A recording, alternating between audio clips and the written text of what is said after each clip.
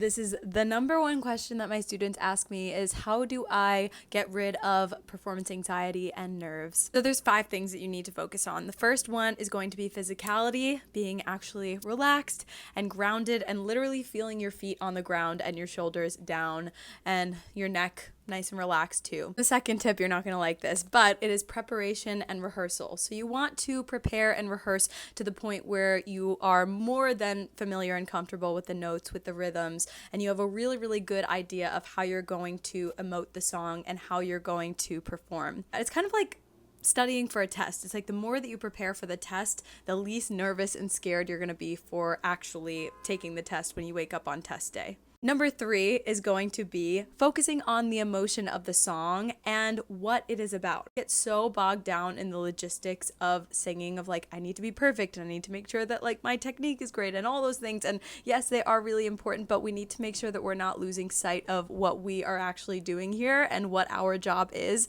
which is to make people feel a certain way. It is not to be perfect. It is not to present this prepackaged perfect thing. Otherwise, people would just listen to songs on Spotify because live performances are never perfect, and that is why people go to them. We need to make sure that we are focusing on the right thing. So this is actually a really good strategy because we're directing our brain to do something instead of saying like, don't be nervous, don't be nervous. It's like, oh, like let's go focus on this other thing, which is, supposed to take up a lot of our, thought process when we're performing. Number 4 is going to be line of vision. So we want to make sure that when we're on stage performing, we don't have to be looking into the eyes of the audience and we don't have to be like staring at everyone who's there and seeing how they're acting and seeing how many people there are. You just need to pick a point just above the audience where you can kind of get into this field of vision where you're not really bogged down by a bunch of people or you're not really paying attention to exactly who's there or what they're doing. You're locked in and you're not able to like see what's going on around you and kind of get in your head. Number 5, and you're not going to like this one either, is to force yourself to perform. Performing is a skill. It is something that you get better at each and every time you do it. So I always tell students, in addition to practicing